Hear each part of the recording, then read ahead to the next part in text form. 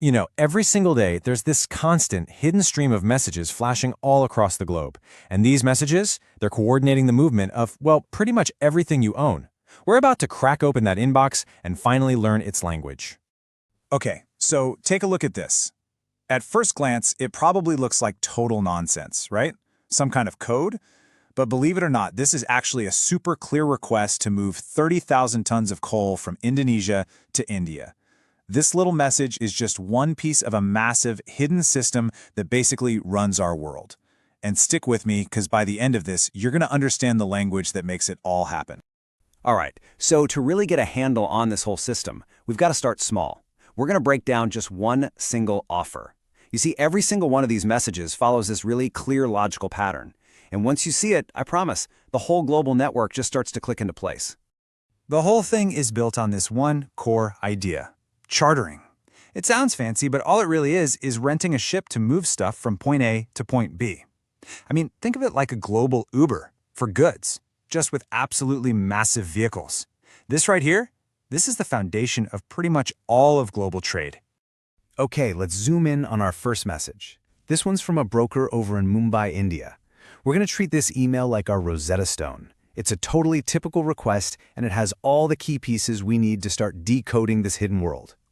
So, what's the pattern here? Well, every single one of these messages really just boils down to 4 key questions. First up, who needs to move something? In this case, it's a company called GMI. Second, what are they moving? That's the 30,000 metric tons of coal. Third, where's it going? This is the journey from Indonesia to India. And finally, the big one, how is it getting there? They need a specific kind of ship, a handy grabber. See? It's that simple. Who, what, where, and how. Okay, so now that we've got the basic pattern down, let's zoom out and look across the entire global inbox. And what you find is just this incredible variety of goods being moved all at once. It's literally like looking at a shopping list for the entire planet. And the scale is just, wow, it's huge. We're not just talking about that coal from Indonesia. It's tens of thousands of tons of bagged rice from Vietnam, rock phosphate from Tunisia to make fertilizer, rape seeds from Ukraine for cooking oil, and check this out, a massive 80,000-ton shipment of fertilizer coming out of China. This right here is the logistical backbone for, well, everything, from the food we eat to the fuel we use. Right. And obviously you can't just load 80,000 tons of fertilizer onto any old boat. It just doesn't work that way. Different stuff needs different ships. And the brokers in this market, their whole job is to play matchmaker, constantly pairing the right cargo with the right ship from this vast, specialized global fleet. So let's look at 2 ships that actually pop up in these emails. On one side, you've got the Titan Pearl. It's what they call a handy-sized vessel, pretty versatile. Its DWT, that's deadweight tonnage, basically how much it can carry, is about 6,500 tons. Okay, now look at the other side, the MV Maria F. This thing is a massive Supermax carrier with a DWT of over 52,000 tons. To put that in perspective, it could carry the entire cargo of the Titan Pearl 8 times over. One is like a delivery van, the other is a freight train of the seas. Huge difference. But, a deal isn't just about what you're moving and what ship you're using. It's all about the timing and the money. And this is where the language gets even more specific. We're talking about terms that can literally make or break a multi-million-dollar contract. Let's jump back to that first email for a second. See this phrase here? Laken Apt 25/30th April 2026. Now, this isn't some casual suggestion. This is a critical, legally binding part of the deal. So, what on earth does it mean?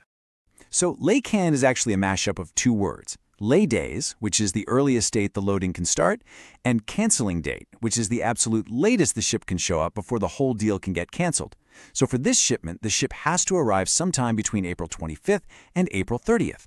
If you show up early, say on the 24th, the shipper can just make you wait, and that costs the ship owner a ton of money. Show up late on May 1st and poof, you might find the job is gone completely.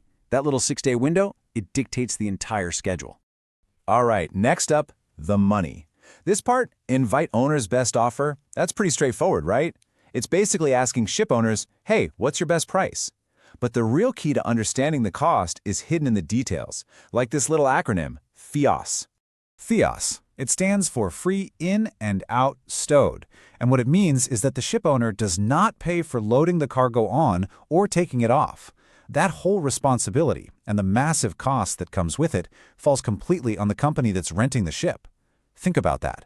One four-letter acronym can shift hundreds of thousands of dollars in costs from one party to the other. Okay, so we've got the shipper who needs to move stuff and the ship owner who has the boat, but what about the brokers? You know, the people in the middle actually sending all these emails and making the connections happen. How do they get paid?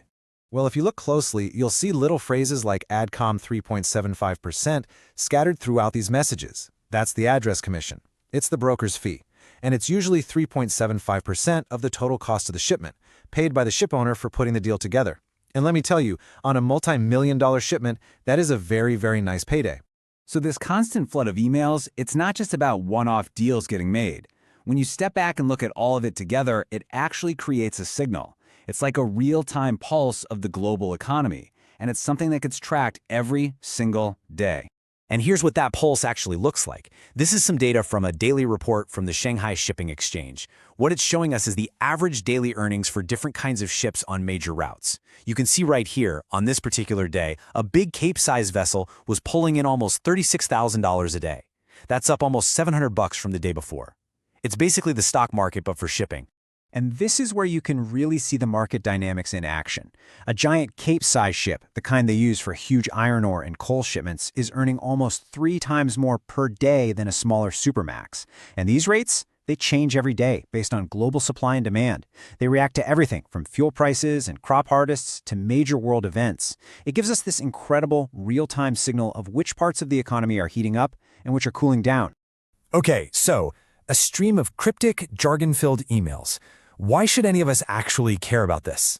Because this constant, kind of chaotic but unbelievably efficient flow of information, this is what powers modern life. It's the invisible operating system running in the background, making sure raw materials get to factories and that finished products actually land on your doorstep. Seriously, without this system, the entire global economy would just grind to a halt. So let's boil it all down. What are the big takeaways here? First, that global shipping runs on its own hidden, super efficient language of emails and acronyms. Second, billions of dollars in goods are put into motion based on these really brief messages. Third, a simple term like LACAN is the critical deadline that keeps the whole supply chain from falling apart. And finally, those daily rates we saw, they're a real-time indicator of what's happening in the global economy. You know, this inbox, it never, ever sleeps. It's always on, 24/7, moving the world's goods from one port to another. The messages never stop, which leaves you wondering, what's it going to move tomorrow?